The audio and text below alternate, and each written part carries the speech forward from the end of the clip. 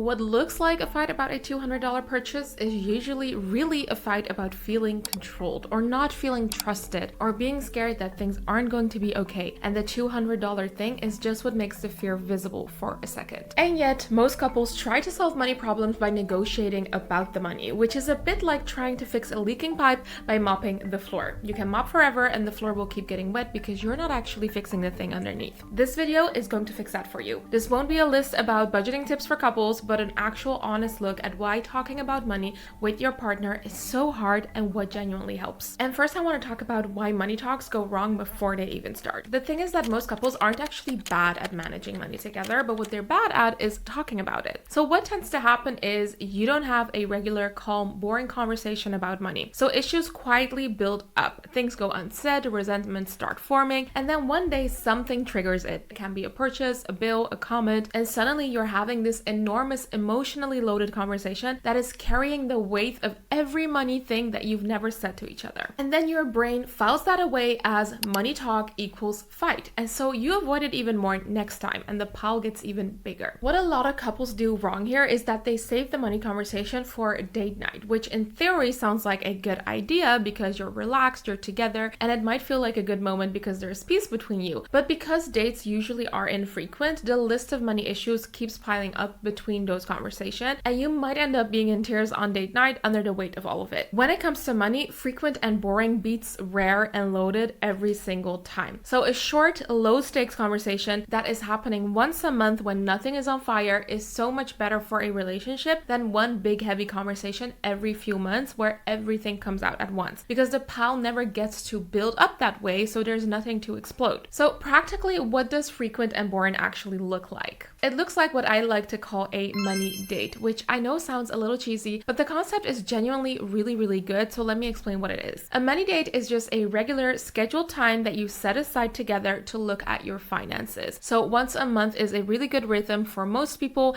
and the reason scheduling it matters so much is that it removes the hardest part of the whole thing, which is deciding to bring it up. When it's already on the calendar, it is not an ambush, and it really doesn't have to be this big intense thing when you schedule it frequently. You sit down together, you put your phones away, maybe for 15 to 20 minutes only, and you look at what came in last month and what went out. You check if there's any subscriptions that you're still paying for that you forgot about. And I also like to advise couples to add one question to the conversation, which is, did this month feel good financially, or did it feel tight and stressful, and why? And that's all there is to a money date. Now, to make it extra fun, wrap it in something nice. Some couples like to do it over coffee on a Sunday morning. Some do it with a glass of wine in the evening. The point is to deliberately make it feel comfortable, because you're basically training your brain to associate talking about money with a calm, pleasant experience instead of a stressful one. And the ground rules are pretty simple. There can be no blame, no bringing up past mistakes. Stick to the information in front of you, and if it starts getting heated, then you pause and you come back when you're both calm. Some people even agree on signals in advance, so a literal pause sign, so that either person can stop the conversation before it escalates, and both people know it's not an act of hostility, it is just a I need a minute moment. So now the bit that I think is the most important, because what's actually underneath most money conflicts in relationships is that when someone says, I'm stressed about money, what they're actually saying is, I'm scared I've made a mistake, or I'm afraid we're not going to be okay. And the money is just the language that the fear is speaking. That means that if you try to solve the conversation at the level of the money, you're often solving the wrong thing. So think about the saver and the spender dynamic, because almost every couple has a version of this. And the way that this is usually framed in most money conversations is that the saver is the responsible one and the spender is the problem. The saver is being careful and the spender needs to change. When you look underneath this dynamic, you will see that the saver and the spender are actually more similar than they look. The common denominator almost always is anxiety, and they're just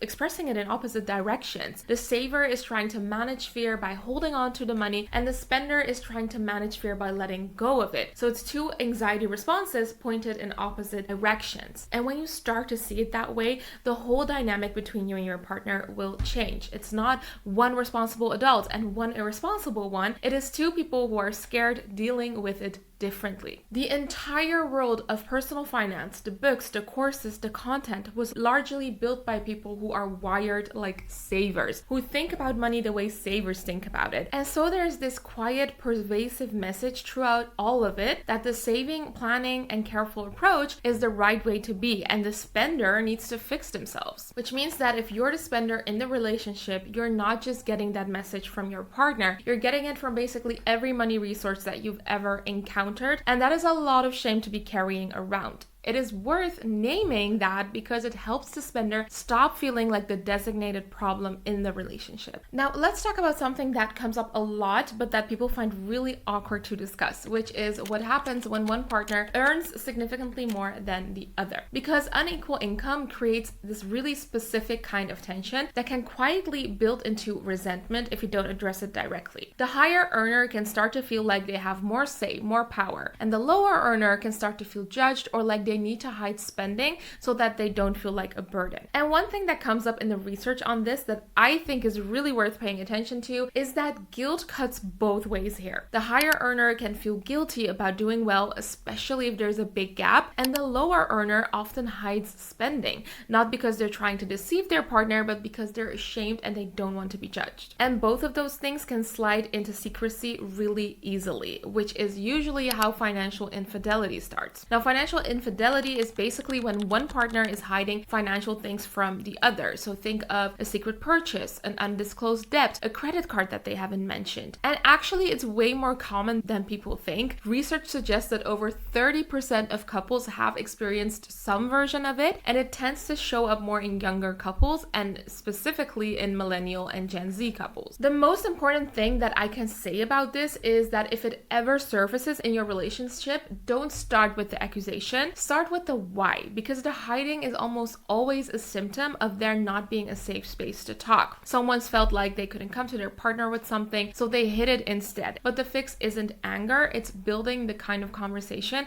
where people don't feel like they have to hide. Now, in terms of how to actually structure finances when incomes are unequal, one approach that comes up a lot and that genuinely works well for a lot of couples is the yours, mine, and ours setup. So you each have your own personal account and you have a shared joint account that covers the household bills and shared expenses. Each person contributes to the joint account proportionally to their income and not 50-50, because proportional is what actually feels fair when incomes are different. And the principle that matters most, regardless of what structure you use, is that earning less should never mean having less say. Financial power needs to be balanced even when income isn't. That means no one making decisions unilaterally, no one hiding things, and both people feeling genuinely involved. Last thing that I want to say, because I know a lot of people watching this are in the situation where they want to talk about money more, they want to get on the same page, but their partner just shuts down every time it comes up. And the first thing that helps is lowering the stakes of how you bring it up in the first place, because there's a big difference between we need to talk about our finances, which immediately puts people in the defensive because it sounds serious and loaded, and I came across something about money recently and it made me want to talk about it more. Can we find a time to do that? One sounds like a confirmation and the other sounds like an invitation. Now, the second thing that tends to work is going first, being open about your own finances, your own worries, your own numbers before you ask anything of your partner. Because when you make yourself a little vulnerable first, you create the conditions for them to do the same. You're not asking them to expose themselves while you stay protected. No, you go first, and that can really change the dynamic. It is important to be honest about the fact that some money conflict in relationships is bigger than a monthly check-in can fix. If it's a recurring serious issue, if it keeps coming back no matter what you try, a couples therapist or a financial therapist can genuinely help with these kinds of issues, because there are money wounds that go deep enough that they need more than a good conversation to heal. And that's not failure, that's just knowing when something needs more support than you can give each other. So here's what I want you to take away from this. Money talks don't have to be hard, they just have to be regular. Frequent and boring beats rare and loaded every single time. Now, if you want help with the actual money side of things, so think investing, budgeting, building it all out properly, I'd love to invite you to Rich Girl Academy, which is my membership and community where I cover all things money and building wealth, and where you can ask me anything along the way. You can try it completely free for 7 days with the link in the description, and I can't wait to see you there.